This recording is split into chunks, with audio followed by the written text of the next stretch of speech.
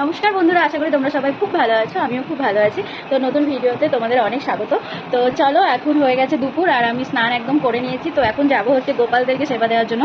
তোমরা তো আগের দিন দেখেছোই যে ওপরে তারা মাকে সেবা দিয়েছিলাম, পুজো দিয়েছিলাম। তো এখন যাব হচ্ছে সকালে গোপালদেরকে আগে দেবো, দিয়ে ওপরে যাব তারা মায়ের কাছে। সেদিন আর তোমাদের গোপালের ভিডিওটা দেখানো হয়নি, তাই মনে করলাম আজকে তোমাদের সঙ্গে গোপালের স্নান করানো খাওয়ানো সমস্তটা শেয়ার করি। তো চলো যাই। তো গোপালরা থাকে হচ্ছে নিচে, আমি থাকি দোতলায়। তো নিচের তলায় আমাকে যেতে হবে এখন। তো চলো যাই, তোমাদের সঙ্গে শেয়ার করি। তো আশা করি তোমাদের ভালো লাগবে।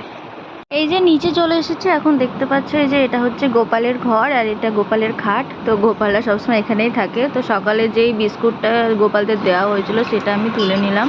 তো তারপর দেখতে পাচ্ছ ইন্ডাকশানে আমি এদিকে ভাত বসিয়ে নিয়েছি, গোপালের এখন ভোগ হচ্ছে।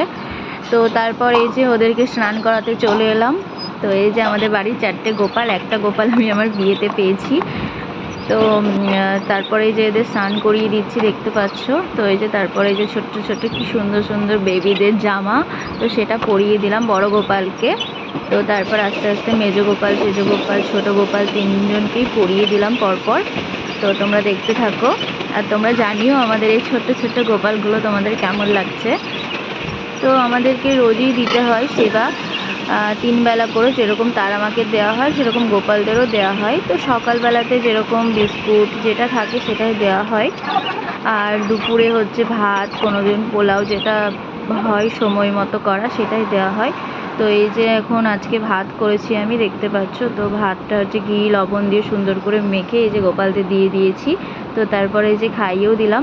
তো আজকের মতো টাটা।